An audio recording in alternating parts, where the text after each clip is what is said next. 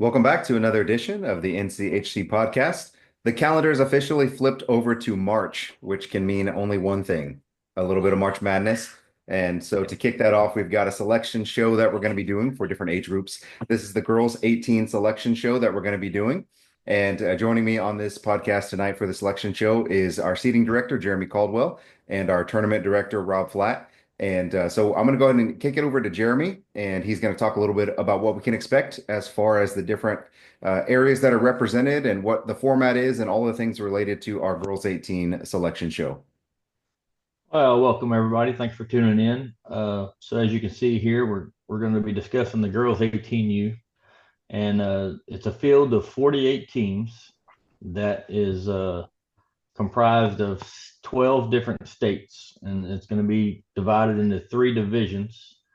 Division one is going to be field of 16, and then Division two and three will also be field of 16 each. And we'll get to the Division two and three teams a little bit later in the showcase here. But starting out, we're going to dive into the Division one girls field of 16. This year, we're going to be doing pools, which is, I believe, different than what we did last year for girls. If I'm not mistaken, Rob can correct me on that one. And so getting right into the pools or the team, I think so we know who the teams are. Let's see, we're going to go field of 16 and the one and two seeds. As you can see there, and the three and four seeds are broken out. Uh, a lot of different states involved here in the girls. You have HEA Firebirds, the defending national champions, coming back. They're slotted in the one and two seeds. They, I don't think they've been as dominant this year as they were last year, ending the season. That may be due to injuries that teams incur throughout the season. I do think though that as far as I can tell, the teams that we've heard from, I think they're all coming in healthy this year, so it should be an interesting matchup.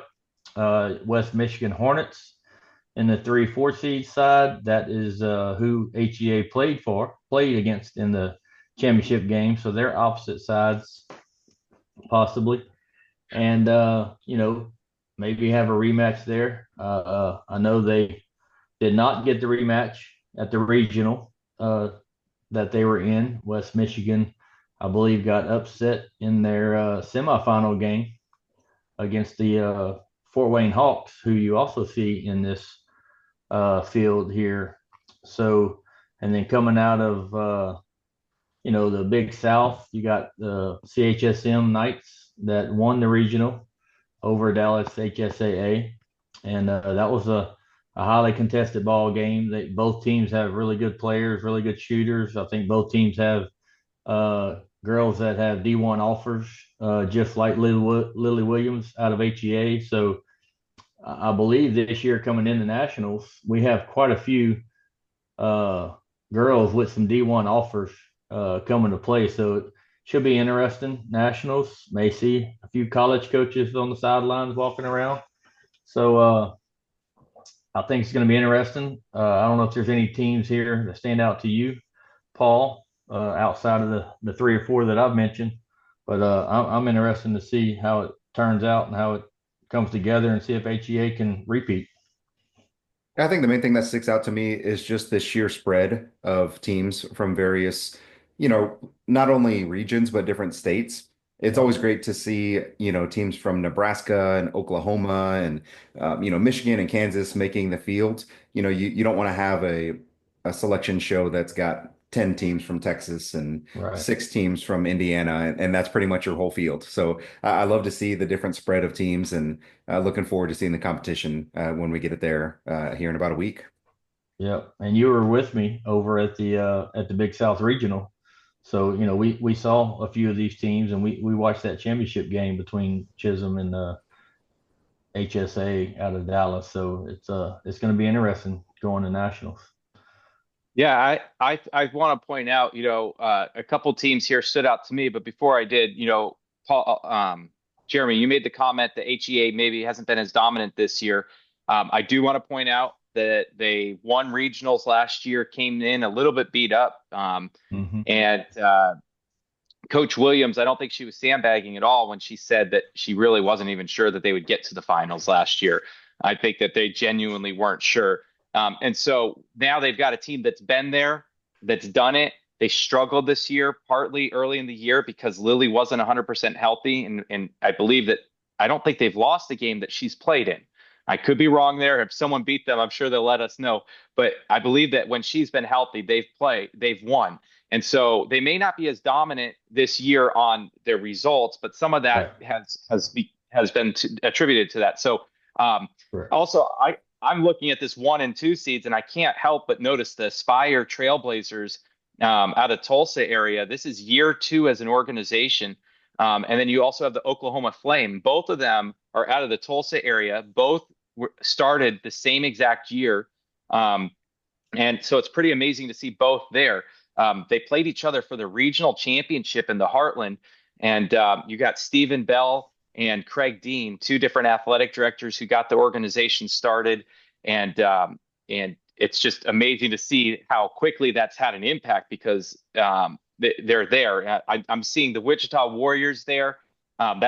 It's great to see a long-standing organization that's been around over 3 decades, and seeing them in that spot there. Tyler Heat have become we expect that from the Tyler Heat at this point. We talked about in the girls 12 and under, the Thesa Riders, and their 5P stretch that they had with Alan Burt and the likes of Mariah Jefferson and many, many great players that came through. So let's keep this moving and take a quick look at Division 2 and 3 teams so that you guys know that we haven't forgot about you.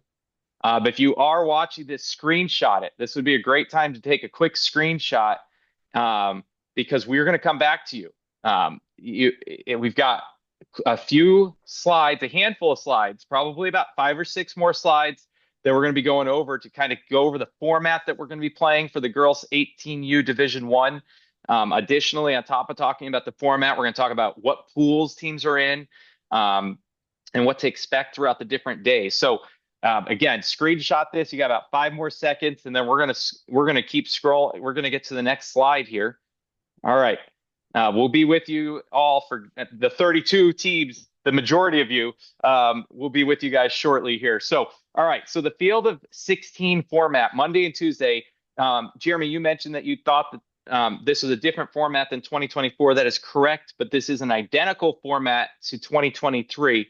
You and Paul were doing a broadcast, I think, and maybe Scott Staten, and you guys were doing a broadcast, and I got to listen to one of the most unique situations in 2023 where a team had to win, but they couldn't score a certain amount of points.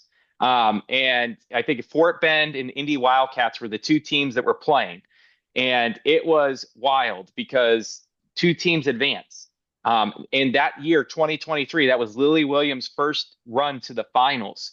And that year, they actually lost to MHEA in pool play. But because top 2 advanced, they were able to advance and then made it all the way to the finals. So we have some unique situations. So we're returning the format of 2023. That was decided just based on the sheer number of how many teams can compete in that top division. And honestly, how many were going to freak out if they had to be in Division 1 or even have a shot at Division 1? And so that's the honest truth, that this field here, these teams, the majority of them wanted to be here or they earned their way here. And so that it's really special field here of teams that are going to rise to the challenge and be ready to take each other on. Okay, so 4 Division 1 gold balls, 1 silver ball and 1 bronze ball winner. That is a big change. We normally, if you made it to a gold ball game, you won a silver ball. That is not the case anymore. You have to play that out. So there's going to be 4 silver ball teams that go to a silver ball semifinal, and the winner of that will win a silver ball. The teams that finish second place or third and fourth in their pool will advance to. We actually say in here incorrectly. It says copper, but it's good. Those teams will actually go to a bronze trophy, bronze ball bracket. And so we're going to get that corrected real quick here. but that's going to actually impact. So if you finish third and fourth, you're going to a bronze ball bracket that will be played out first through eighth, Wednesday through Friday. And so after pools, which will be played doubleheader on Monday and then a single game on Tuesday, um, the pools will be determined. And then once we know who the advancements are, we will then third and fourth will go to a bronze ball bracket. And the teams that finish number one or number two in their pool, they're going to go to a goal ball game. So they'll go right to 8A, 7A, 6A, or 5A in a goal ball game. Worth noting, in 2023, we did have a reseed. There is not going to be a reseed. Teams will automatically be advanced out, and we're going to break that down here a little bit. This is not news, I don't think, for anyone that was paying attention. We did a sneak peek for some of these age groups, and girls 18U was one of those age groups that got a sneak peek. So the top two teams in each one of these pools is kind of, I think we went as deep as 3 on the initial release. So teams kind of had an idea of where they're at. So nothing is new here for those that were paying attention.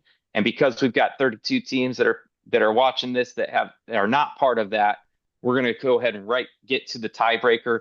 All of this information will actually be on the Nationals brackets, the tiebreaker rules. So we're not going to take too long to break them all down. In fact, we're not going to break it all down. We're not going to read through it all. Screenshot this if you want. Make sure that it lines up with what the brackets say when you see the brackets, which will be released on Friday. More about that towards the end of the Division I breakdown here. All right, so we're going to keep moving, and then I'm going to kick this to Paul, and that Paul can kick it to Jeremy. But we finally have something that nobody has seen yet, all the teams in their pools.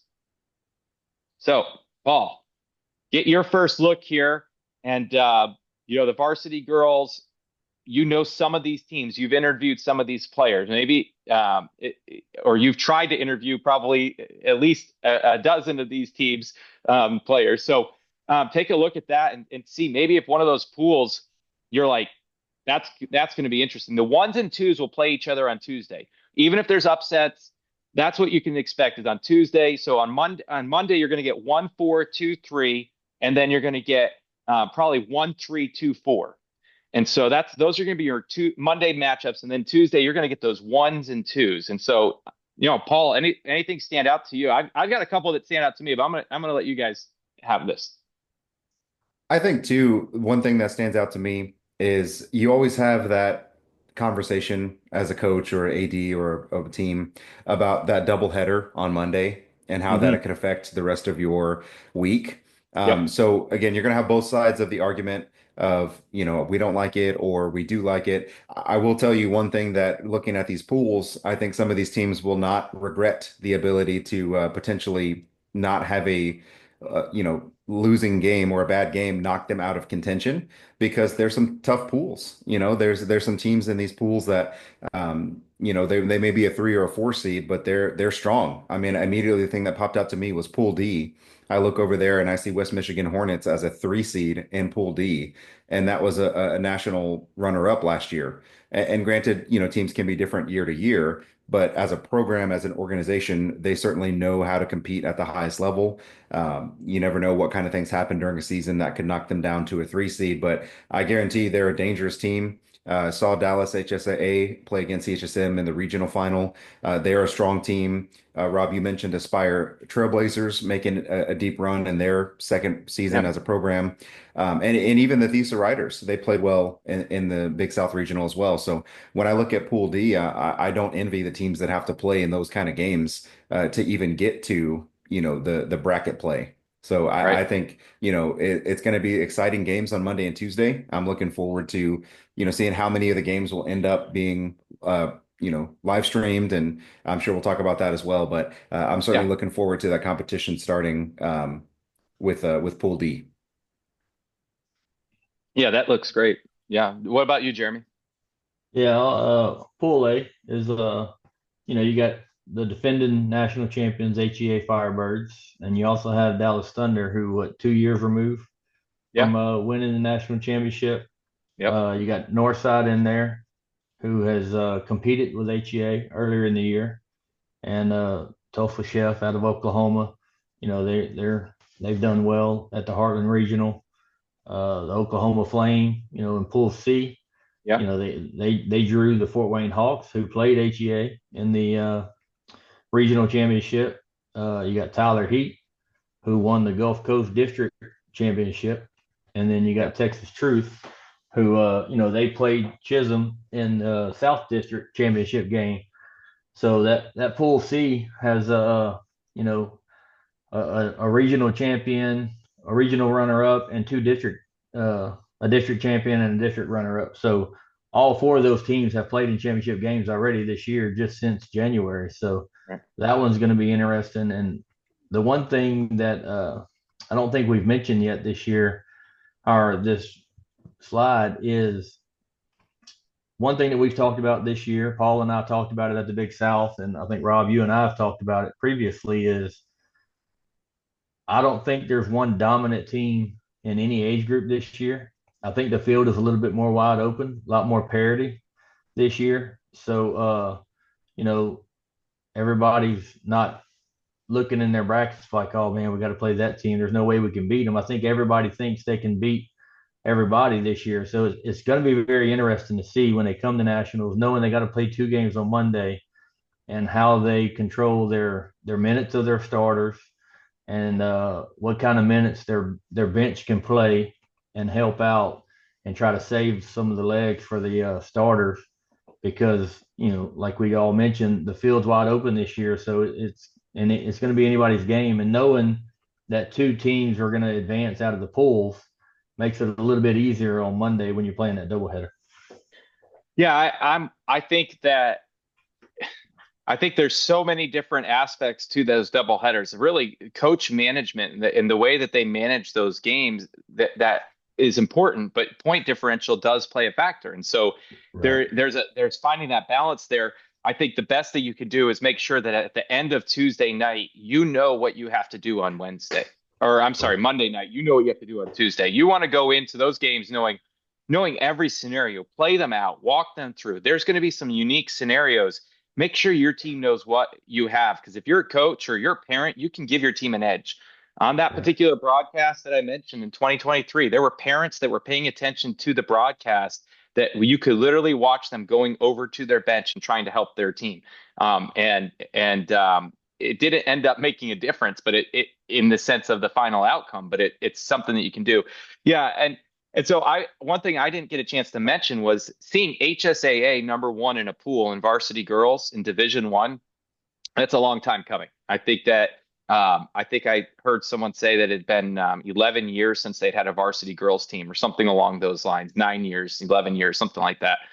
Maybe even 12. So that's exciting to see. And got a couple Dallas teams up there. Dash has had some good girls teams as well. So basketball's alive and well in that Dallas metro. So let's keep moving this along. Let's talk about our Gold Ball Wednesday, which this year Gold Ball Wednesday is only for Division One teams. That's a big change. Paul, you mentioned the broadcast. Before we get to Wednesday, I do want to mention Monday we're definitely going to have some varsity girls games. I think we're going to have pool um, a couple games from each from two different pools. So we're gonna have 4 of the 16 varsity girls games will be on Monday. We had some decisions to make. Do we want to have girls varsity starting at 8 a.m. just to be on national broadcast and spacing them out, where they basically are playing on 4 different time slots from 8 a.m. and then they get a 4 break and then we pick them back up? And then that creates dual roster conflicts. We had a lot of conversations internally about what to do. In the end, here's what we decided. Tuesday, we're going to get 100% coverage for those 1 versus 2 matchups, which are the final games of the pools. And then we're going to get some games Monday. We're going to do some sort of fan polls. Heck, we might do some sort of opportunity where a defending national champion gets automatically in, and then maybe a fan poll to see what other varsity girls games will be on Monday. Wednesday, on Gold Ball Wednesday, you're darn right we're going to have those covered at both Evangel Valor Center, the brand new facility at Evangel. We cannot wait to get there. We'll still be using Ashcroft, but at Valor Center will be a fantastic introduction for us. And then Drury O'Reilly Center, which we've been spoiled at the last handful of years. And so we're going to have those, our dedicated live stream broadcast courts. And we're going to have those Wednesday through Thursday, both those courts. And then on Friday, we're going to go just to Drury. That's a change from last year as well. So I think an improvement there. We've got a great live stream broadcast team coming out. So we're going to try to keep them working all the way through Thursday with 2 courts. The 4 teams that do not secure their victory in their gold ball games on Wednesday, they'll move to a silver ball semifinals, competing for 1st through 4th place, with 1st place getting a silver ball and 2nd place getting a silver ball runner-up trophy. So again, no reseed of any sort, and all teams will play Monday through Friday, regardless if they win or lose in those early rounds. Jeremy, I'm going to kick this to you. We've talked about this a good deal. Zach came in and looked at this before we released it and caught an area where we had a mistake. And so we're always looking at the different set of eyes here, but I think this is correct. Our mistake was that we had the runner-ups in places where they could end up, if they pulled off an upset, you could end up with 7A and 6A, both having, let's say, teams from Pool B in there, or other different breakdowns that I'll spare everyone of breaking each one down. So Jeremy, let's talk about how teams are going to advance out of their pools, with the top 2 staying alive for the D1 title. Right. So your Pool A winner is going to be matched up against the Pool C runner-up. And like Rob had said, me and Rob had looked over this, and then we had another set of eyes look over it. They caught a possibility of a matchup problem that could arise, having pool players play each other again in a goal ball game. So we try to avoid that. So we made that correction earlier today. So your Pool A winners are all going to advance to the specific goal ball games, and then your runner-ups are going to advance to their matchup. So Pool A and Pool C will play each other. Pool B winner and Pool D runner-up. Pool C winner will play Pool A runner-up, and then Pool D winner will play the Pool B runner-up. And then your 8A and 5A will match up in the semifinal, and your 7A and 6A winners will match up in the semifinal. So what you see there on the screen now. So it's going to be interesting coming out of the pools. As a former coach and a current broadcaster, I love pool play. Always have. But not everybody enjoys it as much as myself. So I do like the fact that pool play is back this year for the girls 18. And I think it's going to be an exciting round of games come Monday. You're going to have a couple different time slots that you can go watch some of these girls 18Us. And knowing that, there's a couple different teams that have D1 players on them. So, you younger girls, if you don't have a game going on and you want to go watch some D1 possible players playing, go check out some of the girls 18. I promise you, it's not going to disappoint this year. I think the parity is so even that there's going to be a lot of close games, a lot of matchups. So I'm excited to watch them and excited to call them. So, Paul, I want you to be thinking about this, so I'm not putting you on the spot here, but be thinking about naming off some of these Division I players and some of these other players that are coming up, including some that we've already mentioned.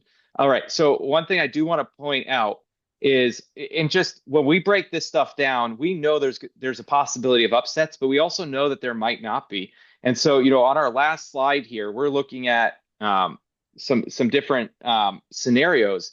But we could see a situation where teams that played each other in a regional finals or regional semifinals could end up playing each other if things go exactly as they're supposed to. And so we're fully aware that can happen when top 2 are advancing, and you have 3 regions like this. There are some scenarios that we just can't.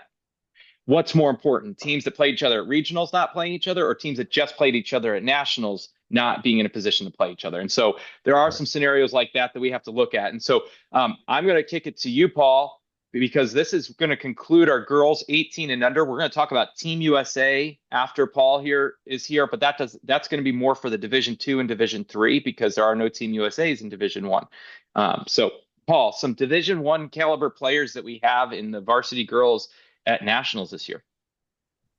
Yeah, there's a lot. Jeremy and I mentioned not only is there Division One caliber players, but there's also a lot of NCAA, NAIA caliber players, probably spread out more than I've seen in the last several years. You have the top heavy, recruits. Obviously, the Lily Williams, who's already committed to Michigan State. You have Jada Kearney entering onto the scene this year for CHSM Crimson Knights. She's got a lot of top offers from P4 schools. You also have Seal out of HSAA.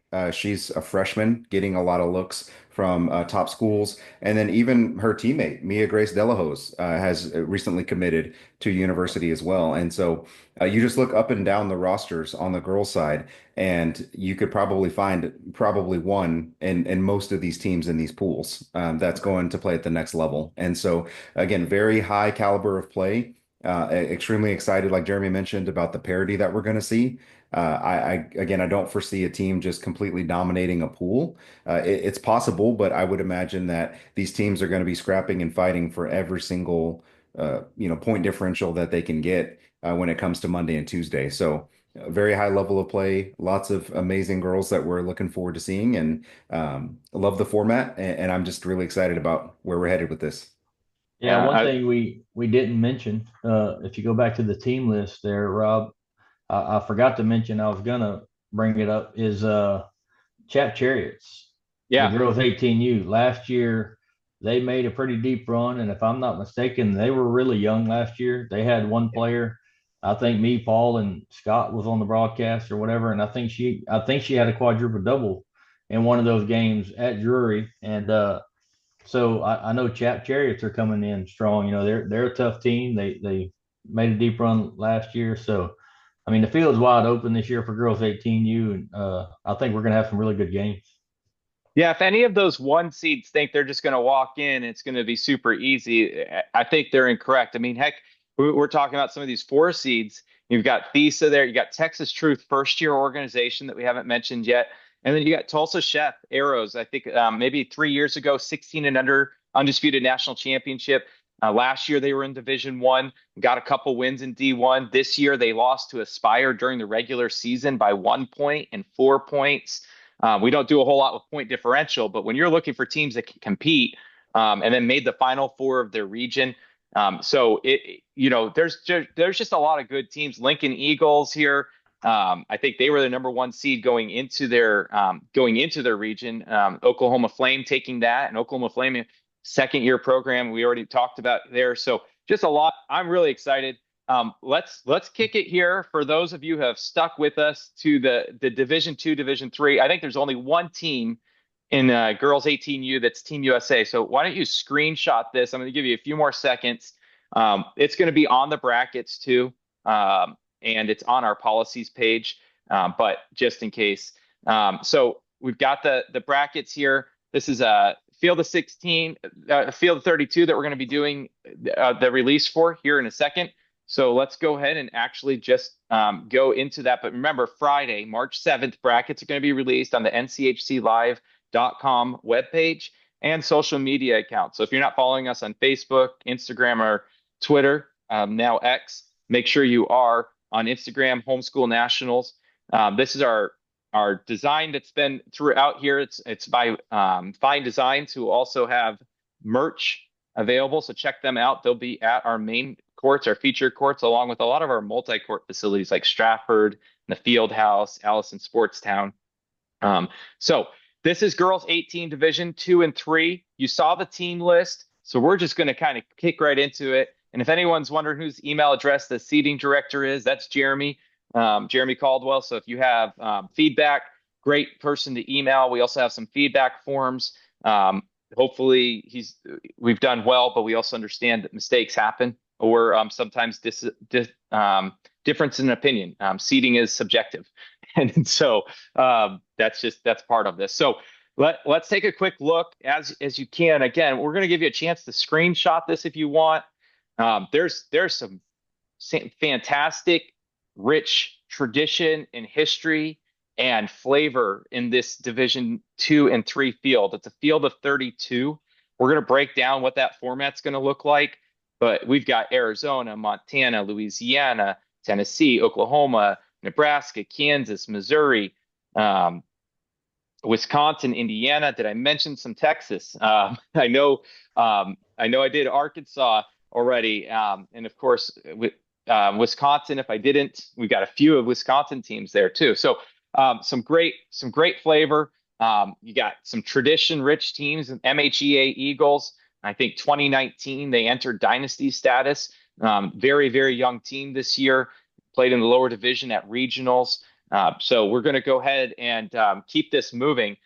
So most of you understand the format for the 32 teams.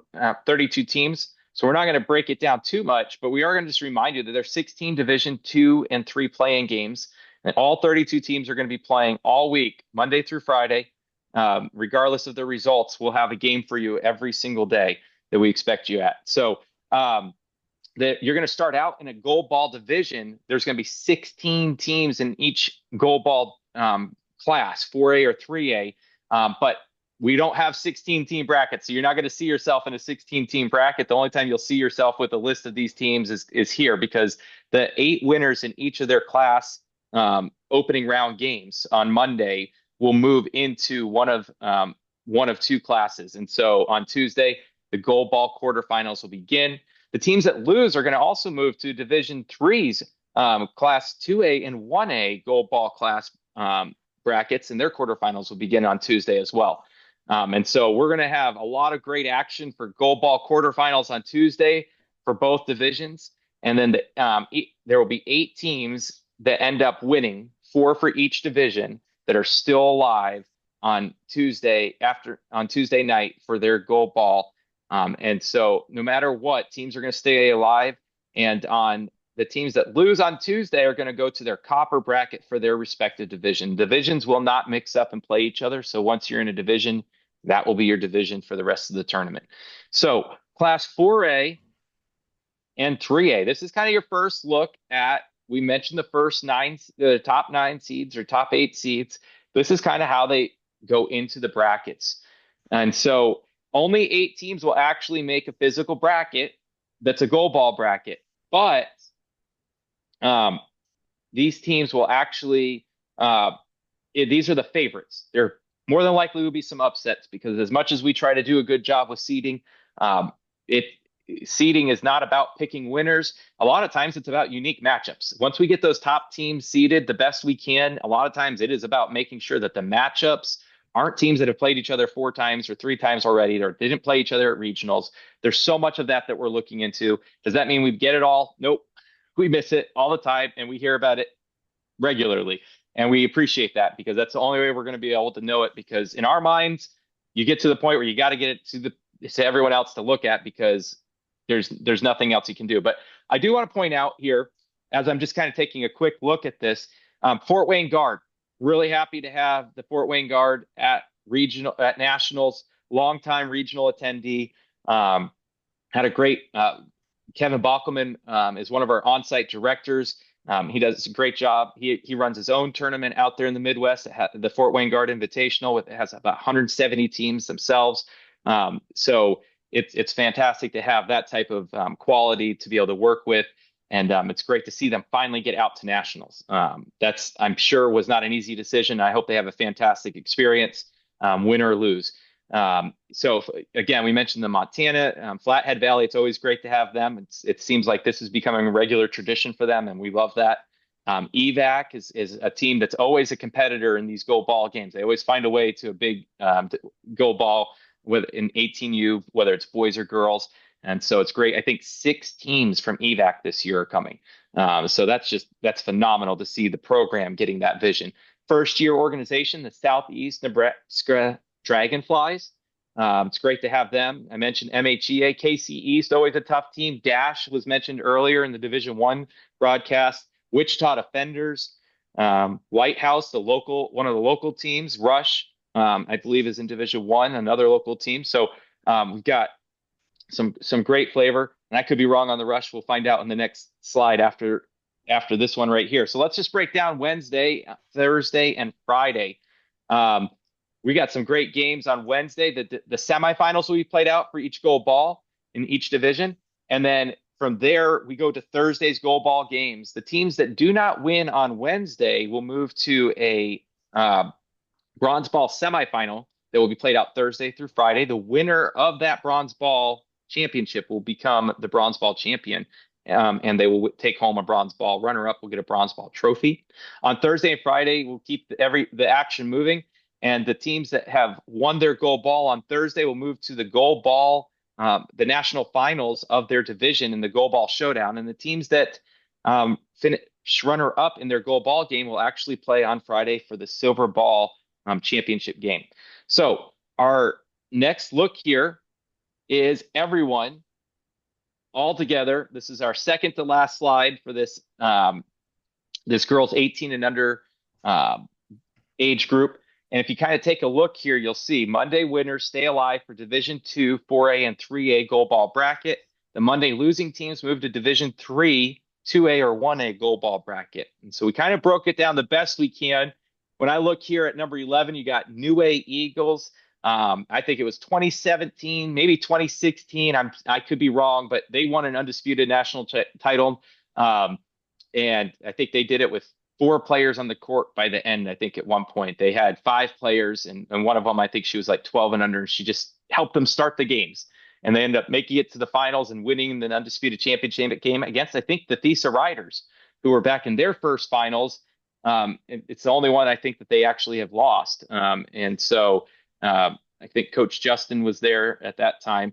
And so that was quite a while ago, but it's great to see like Indy Wildcats and Indy Northwest and Lake Houston, Little Rock, Tennessee Heat, Faulkner, Swisha, Lubbock, Lubbock Titans. That's another one that won an undisputed title, a couple undisputed titles in the last decade. So it's great to see the sport. There's a lot of parity. Some of these teams are able to be in these lower divisions based on their regional results. Some of these teams are in these divisions based on their age qualifications, and a handful of them were not. They were seeded into these divisions based on not making the top division. So if you need to screenshot this, because we are wrapping this up.